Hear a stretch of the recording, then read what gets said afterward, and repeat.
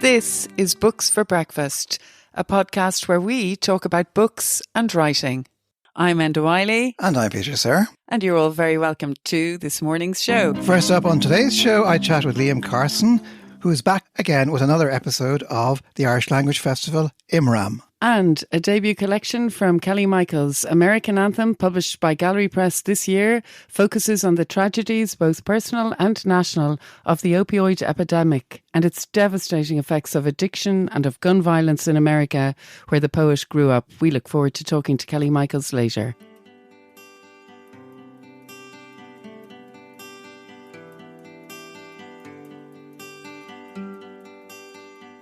Time again for the IMRAM Festival of Irish Language Events for All, which has been a regular late autumn feature for many years. And here to tell us about this year's offering is Festival Director Liam Carson. So Liam, could you just remind us exactly what IMRAM is? Okay, well, the word IMRAM itself means a voyage of discovery. If you imagine the monks thousands of years ago, St. Brendan, whenever they voyaged across the sea, that would be called an IMRAM or Umrav. And basically they were voyaging and they would see strange sights and strange wonders. So whenever I founded IMRAM, Gabriel Rosenstock gave me the name. I was going, what on earth am I going to call this festival? And he said, IMRAM, of course, what else would it be? Basically, we're bringing the audience on a voyage of discovery. At the time that I founded it around 20 years ago, I thought it'd be nice to do an Irish Language Literature Festival, and I noticed that there wasn't one really anywhere in the country. So in the early years, we got some money from the Arts Council, some from Forest and Gaelic, some from Dublin City Council, etc. What we really wanted to do from the very start was not just standard reading. So we do have sometimes. It's the lone voice is the important thing, but also what we like to do is to create multimedia presentations where we fuse visuals and music and soundtrack. We commission people to work on particular themes, or say we would look at a number of poets who have similarities together, and we think they would be good to work together. And we also have flagship musical projects most years where we would take a major artist and translate their work into Irish. And we'll come to that, Liam, because I see this. It's very interesting what's happening this year. But I can't believe that it's 20 years. You say you've been going. Yeah. As I say in Irish, Emmit and Tom, time flies. It's amazing, yeah. Tush in fear. And if I could just say, who's the audience for it? Well, the audience is a mixture of people who are interested in literature and people who have Irish. In a way, we're kind of a niche demographic. In a way, you're looking for people who are interested in Irish, which is a minority community, people who are interested in sort of literature of a high quality, which to a certain extent is a minority community. But I mean, our audience are all ages. Obviously, if you've been going for 20 years, to a certain extent, some of our audience have got older. So we're trying to reach out to a younger demographic. And I mean, maybe a number of years ago, I would have been worried about, are there sufficient new voices coming forward in Irish? Surprisingly, there are. I'm constantly amazed by the fact that, you take a minority language, but what say 80,000 people speaking it, how many of that 80,000 read?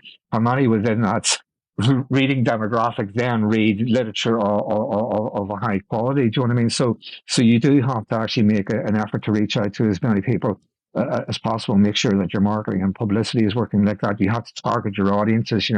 So give me some of the highlights of this year's event, Liam. I mean, Taylor Swift in Irish looks fascinating. I mean, you mentioned this thing. This is a regular sort of feature where you put on, you take a contemporary kind of singer and get them translated and put on a show in the pavilion, isn't it? Yeah. Well, what happened with the Taylor Swift one was quite simple. Well, a number of years back, I brought my daughter to see Taylor Swift in Croke Park, and those were the days where you could buy a Taylor Swift ticket for €70, and you're actually able to buy a ticket 3 days before the concert. I was there because I got 3 free tickets. They were giving them out. Yeah. And so I went along. I knew a little bit about Taylor Swift. My daughter, his Reputation was the album to come out at the time. And then when she sang unaccompanied sort of acoustic material in the middle of the concert, I started listening to the songs and going, oh my God, this one's actually very, very good. And then during the pandemic, of course, she put out Folklore. And I just think that's one of the most astonishing albums that anybody has ever released. I mean, it's incredibly poetic. She creates an entire universe that you go into, which is small town America. and you have these relationships between the characters. There are narratives. There's almost like a Springsteen kind of element to it. So and they're beautiful songs, and they're beautifully produced. There's a whole atmosphere, sonic ambience within them. So I thought it would be nice to do them in Irish. So what I did was I was aware of the band Imlay, and I listened to some of their work, and I thought they had the kind of vibe that would be perfect for doing that. Folklore and Evermore, those two particular albums. And then my manager, Michels and Freya, had heard Connemara singer Roisin Shoei, and she works with Imlay quite a lot, so we invited them to perform the songs. Gabriel Rosenstock has transcreated a number of the songs, and so has Roisin. So that's what we're basically doing there, is we're entering the world of those two albums, and we got beautiful visuals created by Margaret Lonergan, where she's sourced a lot of small town America visuals, photographs of diners in little towns in New England and all that kind of stuff. So there's a particular vibe that's going to be, and we're also going to be doing the big bangers, the All Too Well and Shake It Off, the big hits as well. I mean, it's a no-brainer, that show, really, obviously, because we first started selling the tickets for the Friday the 8th of November, and then the manager of the pavilion, Hugh, rang me up and he goes, look, listen, this is selling like hotcakes, we should do 2 nights. So we've sold out the Friday night, and the Thursday night is 2/3 sold out already. So by the time we get to the festival, it'll be completely sold out. And it helps us to reach out to a younger demographic as well. Like the pavilion would tell me a lot of the people buying the tickets were teenage girls or in their early 20s, block booking tickets. But I mean, is it hard to get? I mean, because I'm interested in that thing of like getting young people into, because there's so many, as we were saying earlier, there's lots of young poets coming through. There's writers, there's excellent writers, prose writers, coming through. And so, but is it hard to get the audiences, or younger kind of audiences, to come and see them, basically, and listen to them? Well, it's not the easiest thing in the world, and it's something that we're working very hard on. One of the things that we're going to be doing this festival is we have an event in the Grand Social. We're trying to go back to a model where we have events which are just fun, where people can come to a pub and have a drink and listen to music. So we're going to have Sachi Tag. They're a remarkable performer. Kind of imagine Lady Gaga meets Bowie meets Freddie Mercury meets Elton John. Very flamboyant, appeals to the LGBTQ audience as well. And then, we've programmed poetry to go along with that. We have Líseachnaí Christjava, who's just brought out a remarkable collection, Solas Yevry, published by Barzaz. We have Marcus McAneill, who's an electrifying presence on stage. And we have Julie Gu, who's very much from the sort of spoken word circuit. So we're trying to have younger poets, with music. It's in a club. It's a sexy venue with a sexy performer. So we're trying to do that. Coincidentally, you mentioned Líseachnaí Christjava, and I just translated a bunch of her poems for The Singing Fly, so that'll be coming out soon. So it's interesting, as you say, lots of young people coming through. But I also see on the programme a new book by the late Máire Wachiti. What's that about? That is Máire Wachiti, the versions of Amergin and sort of early and Irish poetry. And so we've got Clydach Vara, Amra, Colm Killia. So you're talking about poems from early Irish, and they've been rendered into modern Irish, accessible modern Irish versions by Máire Wachiti. They've been edited by Louis Dupuyer. So we're going to have a special launch of that. We're working with Poetry Ireland on this particular one. It's their baby, and it's going to be in the James Joyce Centre. Of course. And I see another event that kind of appealed to me was sort of Scottish Gaelic meeting Gaeilge. Well, what that's about is, we have had a certain amount of events where we've had Scottish Gaelic over the years. I was over in Scotland recently, and I came across the work of Marcus McAturner and also Deborah Muffet that I came across their work in bookshops, and I thought it'd be nice to have a proper Scottish Gaelic event. So we have, basically we've got 4 poets all together. We have Deborah Muffet, her poems sort of go into myths and legends from all across the world, South America, Canada, Scotland and Ireland. Meg Bateman is a very well-known poet in Scotland. She's been a central figure for decades now. She's been in Edinburgh before. A lot of her poetry deals with personal love and loss, and the presence of the Scottish Islands there. in her work. We also have Pádraig McGee, Peter McKay, and his poems are kind of these vivid portraits of people inside landscapes. So on the one hand, might have monks sailing across the stormy seas, and I've talked about that thing earlier. And a guy who's selling gas canisters in a tenement in Barcelona. So he goes across different landscapes. So what we've done here is, we're trying to reinforce the connection between Scottish Gaelic and Irish Gaelic. So we've invited Paddy Bush, who's a remarkable poet and translator, and also Simon O'Wheeline, both of whom are immersed in translation work and have a deep understanding of Scottish Gaelic. So it's called Glynne Namara, which means sea glass. That's great, Liam. Again, I congratulate you on the depth of this and the diversity. It's great. It's great to see it happening. And just if people want to find out about it, there's a website, which is just tell us the best way to get in touch with you. IMRAM.ie. Yeah, we're also on Facebook and Twitter and all the social platforms and all the rest of it. But if you go straight to IMRAM.ie, there are actually links to all the events and to all the tickets. For every single event. We have events at the Dublin Book Festival as well. We've got a lot of multi-author readings. We have a special reading about Gaeltacht literature, and we also have music as a part of that. And we have author interviews. Rita Kelly, who's a major figure in Irish language poetry, is going to be interviewed by Michael Cronin in Gael Culture, who we're collaborating with as well. So that was Liam Carson talking about the festival IMRAM starting on the 7th of November, and you can get all the information about the festival at imram.ie.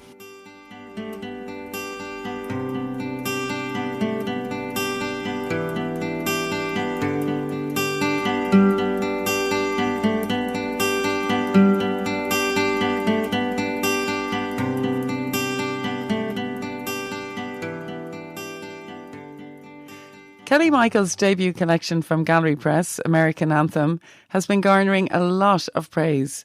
Gallery Press itself says of it, American Anthem proclaims a new voice in Irish poetry. It is an outstanding, bold and brave first collection. And it was recently selected for the shortlist for the Felix Dennis Prize for Best First Collection from the Forward Arts Foundation. It is indeed a powerful and brave book, very much focusing on tragedies, personal and national. The opioid epidemic and its terrible effects, violence, addiction, mass shootings, with a determination to tell it like it is, or in Robert Lowell's famous formulation, why not say what happened? So Kelly has relocated to Ireland from the United States. She came here in 2019. She finished her PhD at UCD. Her poems and essays have appeared in Stinging Fly, Poetry Orange Review, Banshee Lit, Tampa Review, Best New Poets, New Ohio Review, among many, many others. She previously published 2 pamphlets, Mother and Child with Flowers in 2012, and her poems have received the Rachel Wetstian, I hope I'm pronouncing that right, Poetry Prize from the 92nd Street Y, the Robert Watson Literary Prize from Greensboro Review, and the Spoon River Poetry Review Editors Prize. Kelly lives in Dublin. And Kelly, you are very welcome to Books for Breakfast. You're just back from the Forward event, and congratulations on the shortlisting and also on the powerful reading that you gave there. I think I saw a photo that Gallery Press had put up on Facebook, and it really was some event. So I'm just wondering, are you enjoying the public life of the book? Was it a long time in the making as well? If you could tell us just a little bit of a background to the book and how you're feeling about it now. Yeah, absolutely. I'm loving the process of having it out there and having people read it. And of course, this book took quite a while to write, I think. I think I started writing really seriously towards the first part of the book back in 2012. But some of the poems predate that. And then the second half of the book, I've been working on steadily for the past 5 years. So it really has been a labor of love, and it's wonderful to see it actually out there and doing what it needs to do within readers' perceptions and things of that nature. So yeah, it's been a great process. Mm-hmm. I mean, it's a deeply serious and also a deeply disturbing book in many ways. I mean, there's a sense of foreboding that builds right from the beginning in the opening poem, Bone Collector, where your mother, after spending a week sleeping on the floor of a crack house, she comes home dragging her bones. And that's there also in a poem like Rupture, where every Sunday was another countdown to when the world might end at 12 p.m. Or a poem like Groceries, which begins, they tell me to stay away from her. Therapists, psychiatrists say she'd be in and out of the system forever.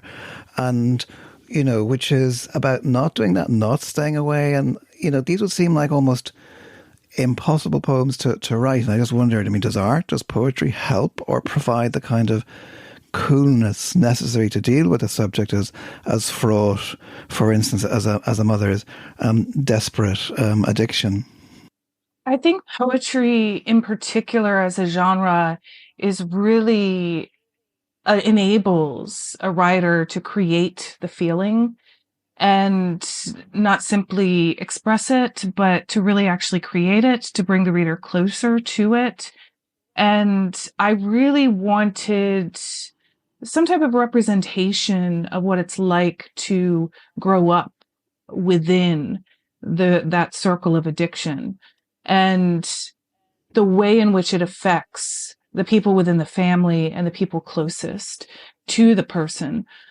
Because I didn't, growing up, I didn't see as many representations of that. And so it was really important for me to try to grapple with that. And in that sense, I think it enabled me to feel like there was something that I was able to do in a very powerless situation.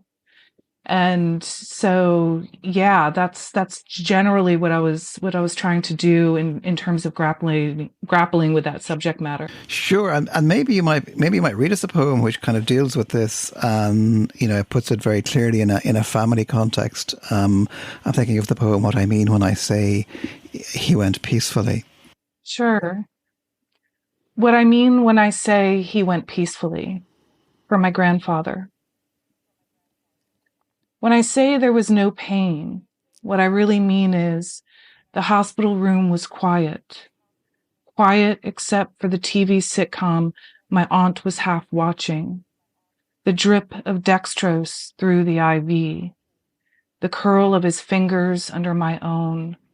His eyes locked shut, mouth open, searching for air. His face thin but warm.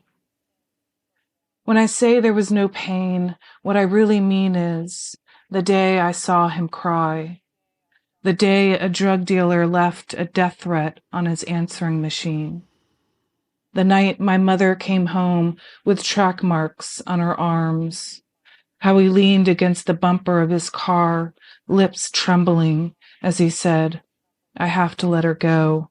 I know I have to," before giving her the spare room above the garage. What I really mean to tell you is how his voice shook one Christmas when his wedding ring went missing. How I spent 2 weeks searching every pawn shop in the city saying, I will find it, but never did. What I mean is he found the pawn receipt months later, fell to the floor and wept, put the receipt in a safe deposit box in case he wanted to press charges, but never could. He replaced his wedding band and showed it off the following Thanksgiving, saying it wasn't the same, but it was something.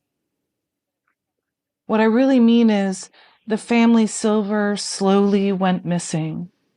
First the spoons, then the butter knives, but no one noticed.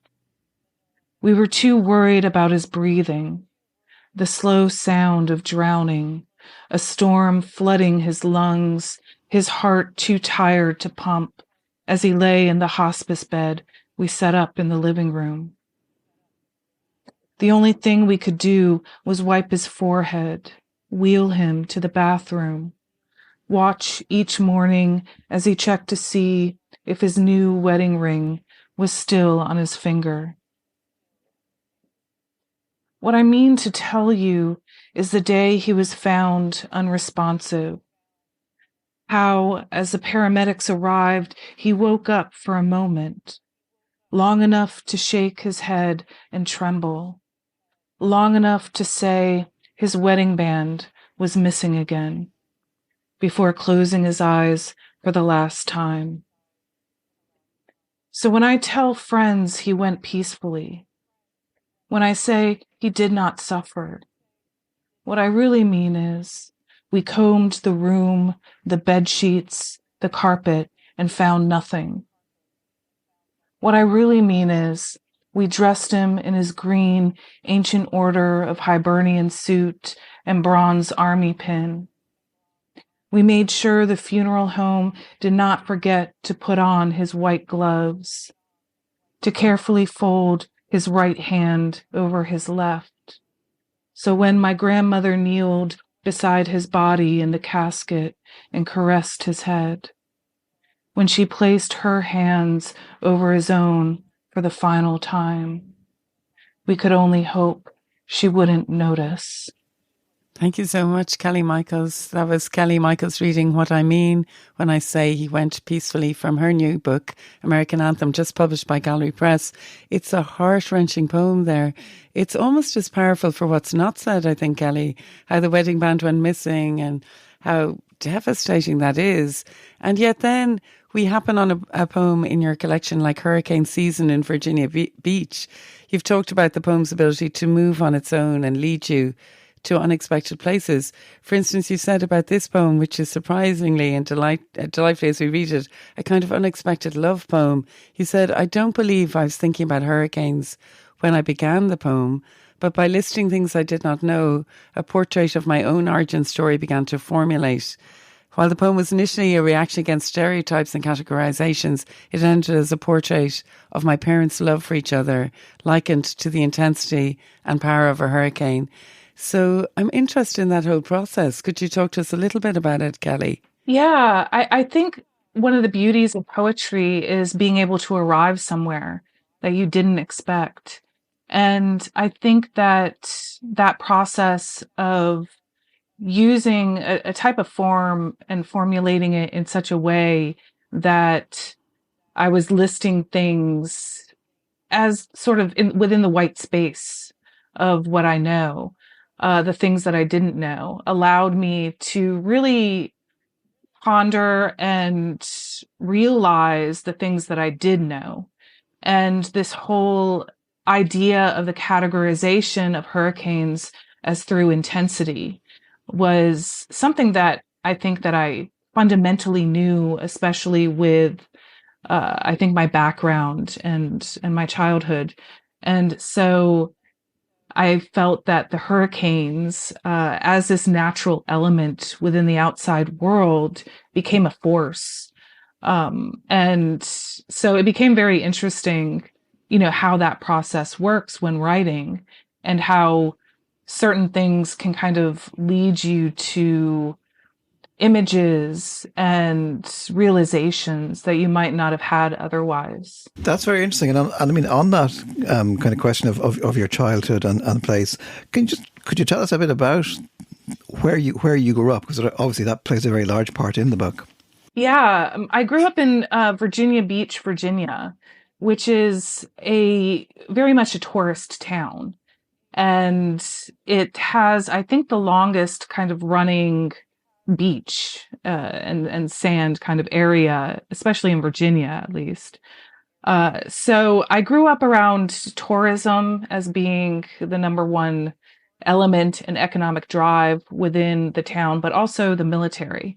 So the military, I think it's home to the second largest military kind of constellation of military bases in the U.S. outside of the Pentagon as being the first. And so Virginia Beach is probably number two.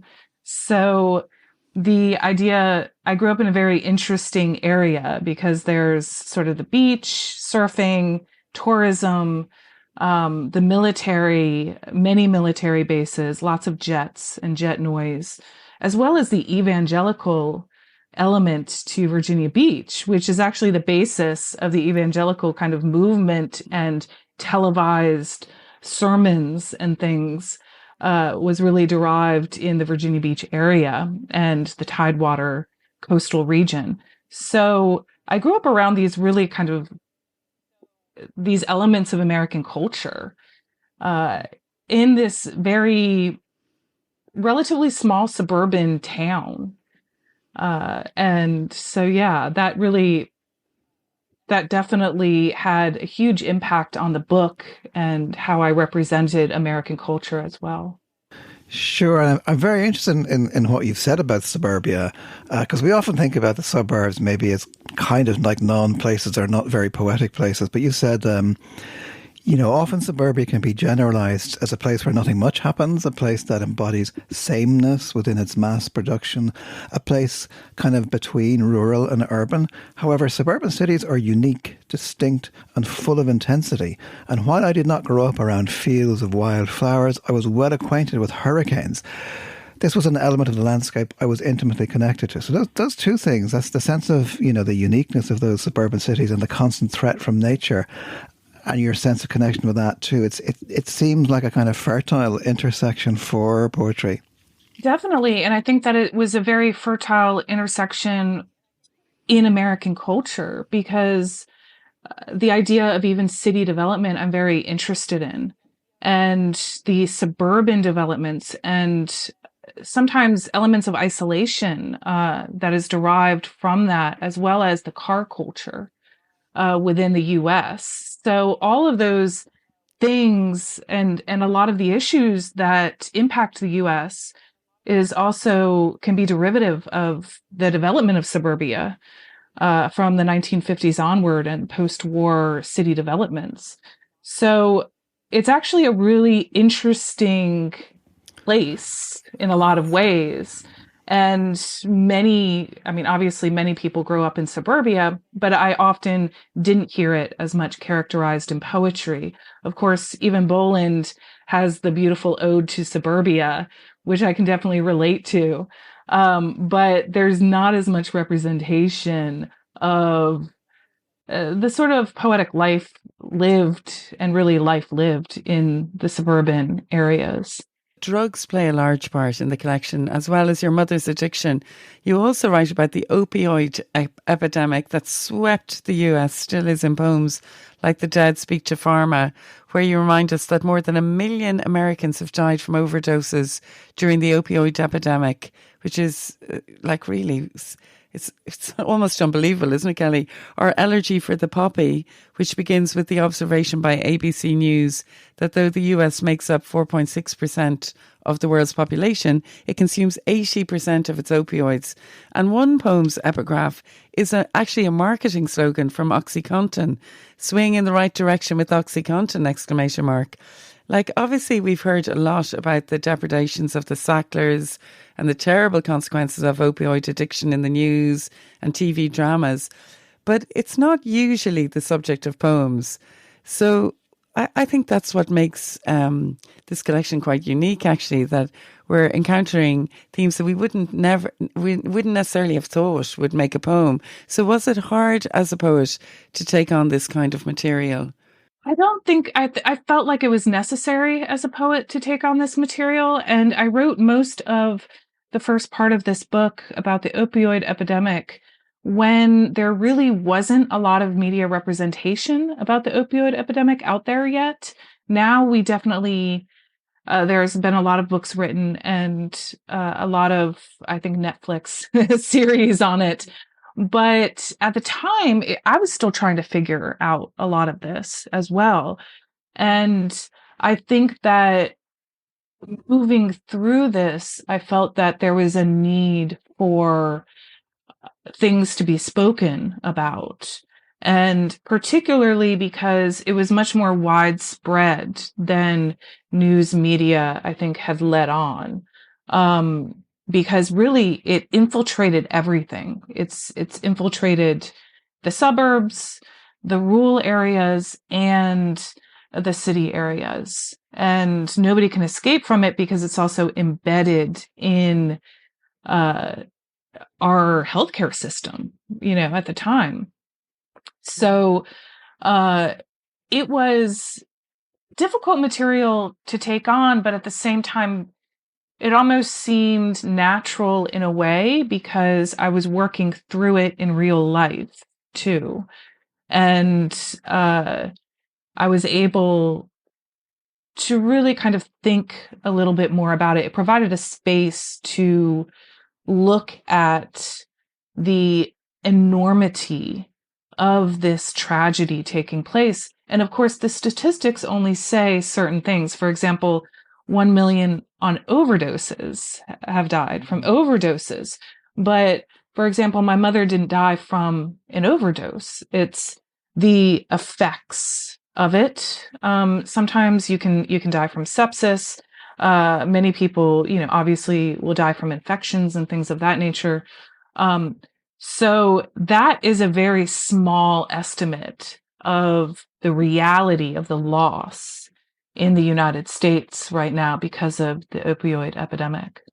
And I was talking about drugs, but also many of the poems are haunted by the deadliest mass shooting in Virginia Beach, your own hometown, when a man with 2 semi-automatic pistols walked into a building and killed 12 people, which again seems to be all too common an event, and it always seems only a matter of time before the next mass killing. But again, you confront it head on, the specific event and the aftermath. And, there's kind of like the sense too that no matter what happens, life carries on as normal, sort of oppressively normal sometimes, as in a tourist town 24 hours later. And I kind of thinking, one possible question might be, how does it feel to come from a place where this kind of thing can happen? How does it affect your sense of home?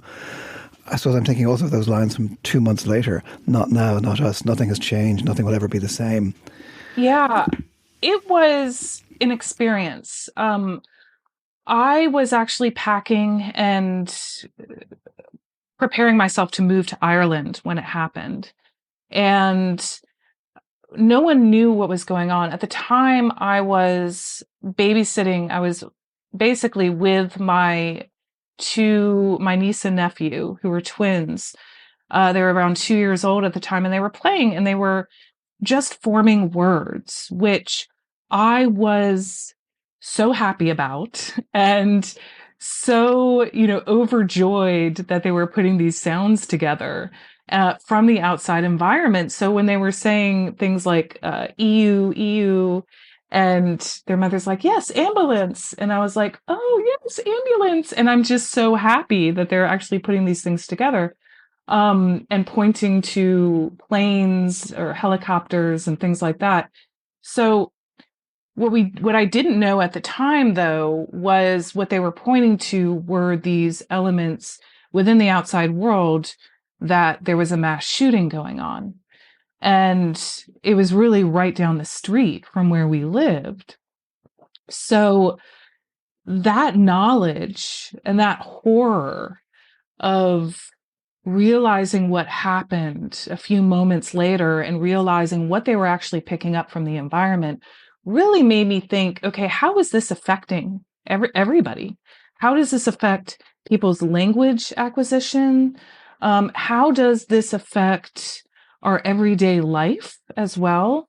Because it had a severe impact too. Everybody was on edge that night, that next day, that weekend, waiting for something else to happen. It was a horrible tragedy. And that idea of home definitely there was a sense of panic, I think, among the people who live there, among the native Virginia Beach, inhabitants. And I wanted to capture that sort of instability and this idea that we are in some ways living this, though we're not encapsulated within the tragedy. But we are in some ways experiencing it. So it's a very strange phenomenon, and I wish it wasn't a phenomenon that we had all the time, essentially. That was the first mass shooting, and then the next year we had another mass shooting. And And this is just, you could walk from one mass shooting to the next mass shooting site in Virginia Beach. And it is a sleepy town with surfing, and it's not the type of thing and a type of place where you would imagine mass shootings happening, but it's happening everywhere in the US. Kelly, maybe you might read that poem for us. The 31st of May, 2019, Virginia Beach. Yeah, the 31st of May, 2019, Virginia Beach, Virginia.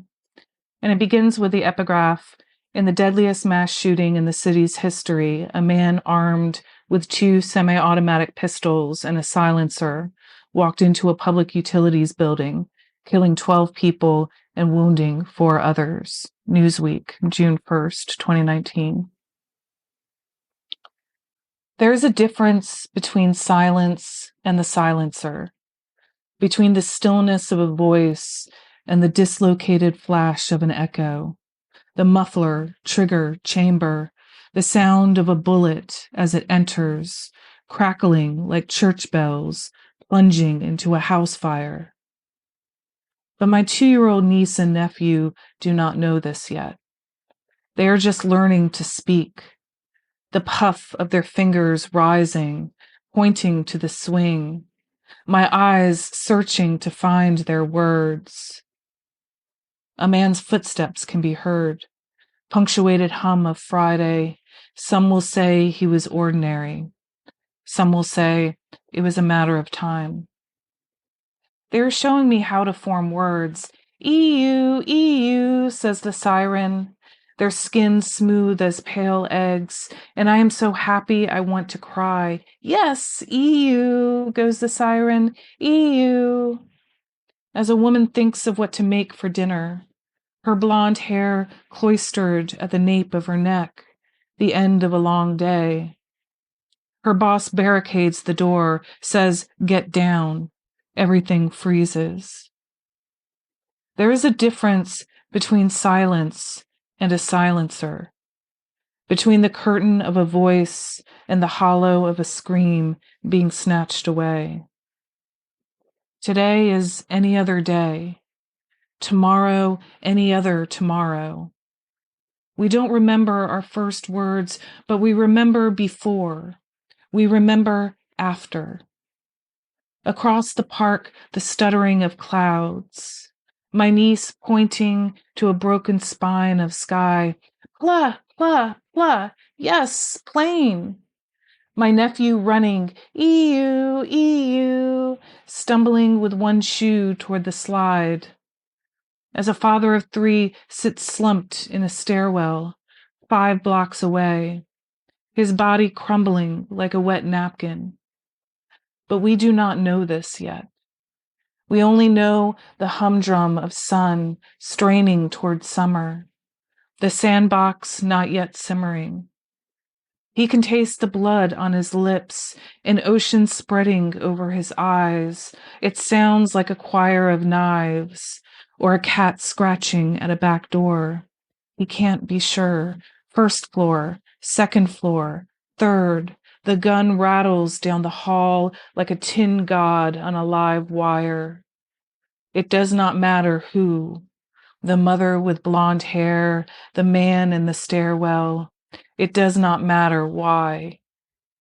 My nephew hides behind a tree. 1, 2, 3. I close my eyes. A woman's necklace spills across her neck like candlelight.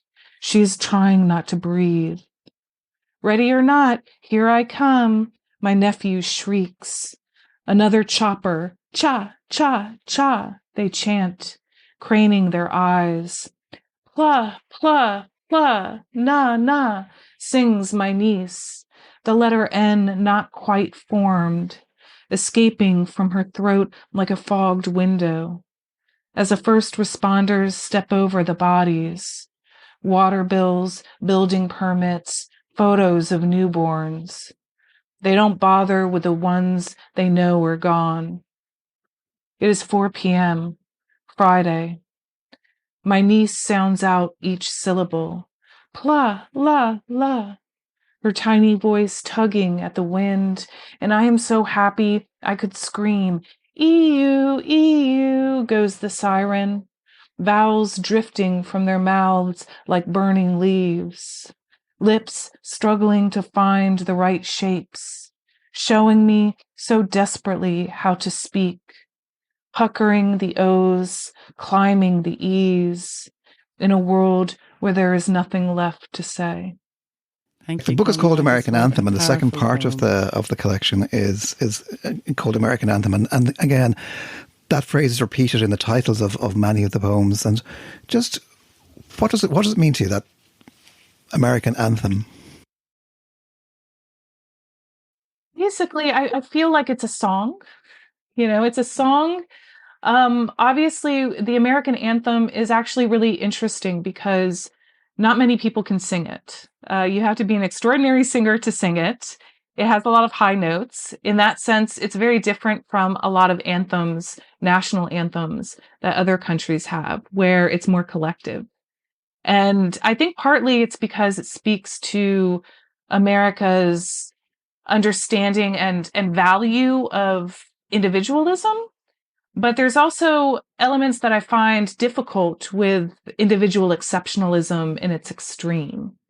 And American Anthem, because there's very few people who can hit those high notes, kind of embodies that element of American exceptionalism in some ways. And I wanted to rewrite based on experience, almost like Blake's kind of songs of experience.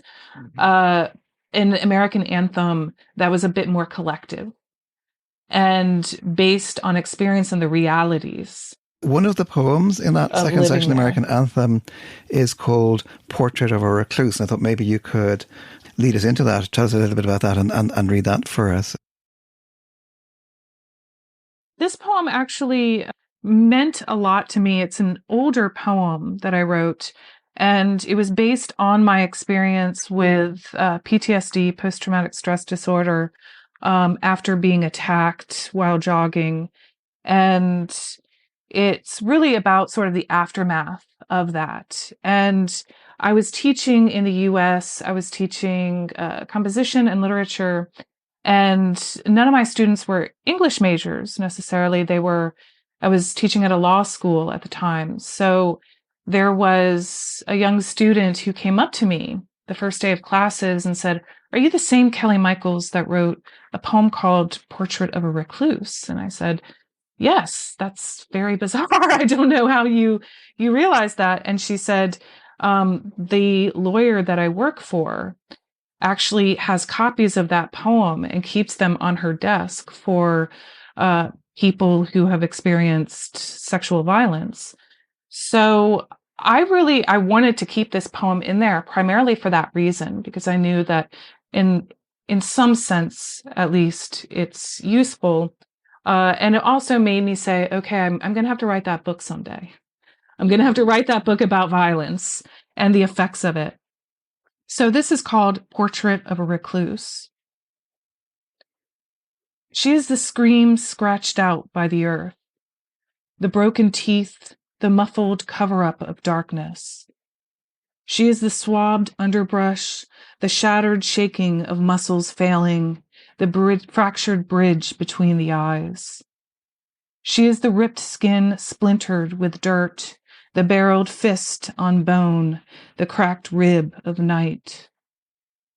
Her blood is graffiti on a brick wall, her voice a guttural stranglehold. She is the torn hair knotted in a ditch behind a church, dragged for 30 yards. She is a dead language. She lives in the apartment next door. She lives in the basement beneath you, belongs to the silence between past lives, to the dumpster on Adelphi Avenue, to the gaudy fluorescent bulbs on Route 1. Her scent belongs to the dogs, her inadmissible ears to the Attorney General, her fingernails to forensics, her face to detectives, her blood to needles and nurses. For the next 2 years, she is a recluse. She is a cold case, but knows her body is still warm. She knows she lives by virtue of a blindfold, lives somewhere in a drawer with a number too long to remember. She draws the blinds, takes a gallon of bleach, douses the beige carpet clean, knows the sun will burn out eventually, and every other blurred star will hiss itself to sleep. So she does not eat, can barely breathe. She sleeps like the dead who cannot sleep through the night, but instead wander without moving, drinking enough to almost forget. So for now, check the locks, bolt the doors, hide the night where you will never find it. Hide it in books you will never pick up. Hide it in closets you will never clean, where you keep the black knotted bag with the hospital clothes and the blood-soaked shirt, the shoebox of news articles that cannot mention your name, just the girl in a room with no furniture, the windows locked, the door bolted shut, with a gallon of bleach, a dose of downers, and a bottle of wine beside her. And that was Kelly Michels reading a portrait of a recluse from American Anthem, her debut collection with Gallery Press. Kelly, thank you so much for coming in to talk to us today about your poems. I've really enjoyed them, and I can see Peter nodding away there too. Amazing collection, and we wish you the very best with it. But it's now for the time for the Toaster Challenge, which is the part of the show where we ask our guest to choose a work that's meant something to them, that's resonated strongly with them, and to talk about it for as long as it takes to make hopefully a not too charred slice of toast. So Kelly, it's over to you now. Peter is getting the bread and he's putting it into the toaster. So 1, 2, 3, and off you go. Starlight Scope Myopia by Yusuf Kumiyaka is a poem that has really resonated with me throughout the making of my collection. And I'll go ahead and read it. It is Starlight Scope Myopia. Gray-blue shadows lift shadows onto an ox cart, making night work for us. The starlight scope brings men into killing range. The river under Vi Bridge takes the heart away, like the water god riding his dragon. Smoke-colored Viet Cong move under our eyelids, lords over loneliness, winding like coral vine through sandalwood and lotus, inside our heads years after this scene ends. The brain closes down. What looks like one step into the trees, they're lifting crates of ammo and sacks of rice, swaying under their shared weight. Caught in the infrared, what are they saying? Are they talking about women or calling the Americans Baku Diakida? One of them is laughing. You want to place a finger to his lips and say, shh. You try to reading ghost talk on their lips. They say, up, up we go, lifting as one. This one, old, bow-legged. You feel you could reach out and take him into your arms. You peer down the sights of your M16, seeing the full moon loaded on an ox cart. Part of the beauty of this poem for me is the idea of perception, this element of closeness and distance, and this turn within the poem from the first person perspective, the us and them, really formulates the beginning of this. The us looking through this starlight scope, and then the them, which is the target. But also at the end, we then have this turn towards the you, which makes the reader involved in the poem and almost complicit within these actions, which is a very startling turn for me within this poem. And it's absolutely beautifully done. And this poem really encapsulates this closeness and this sense of distance within our perspectives that I was really playing with within my own work. And I really looked at Yusuf Komayaka's work in many ways when trying to understand the power of perspective, when trying to depict things like trauma, things that like PTSD, the things that we do to each other. And this poem really spoke to that in many ways. And within my own poems, obviously, I'm not discussing war and the idea of looking through this scope, but I am looking at how you can be so near and yet so distant from something as well throughout the poetry.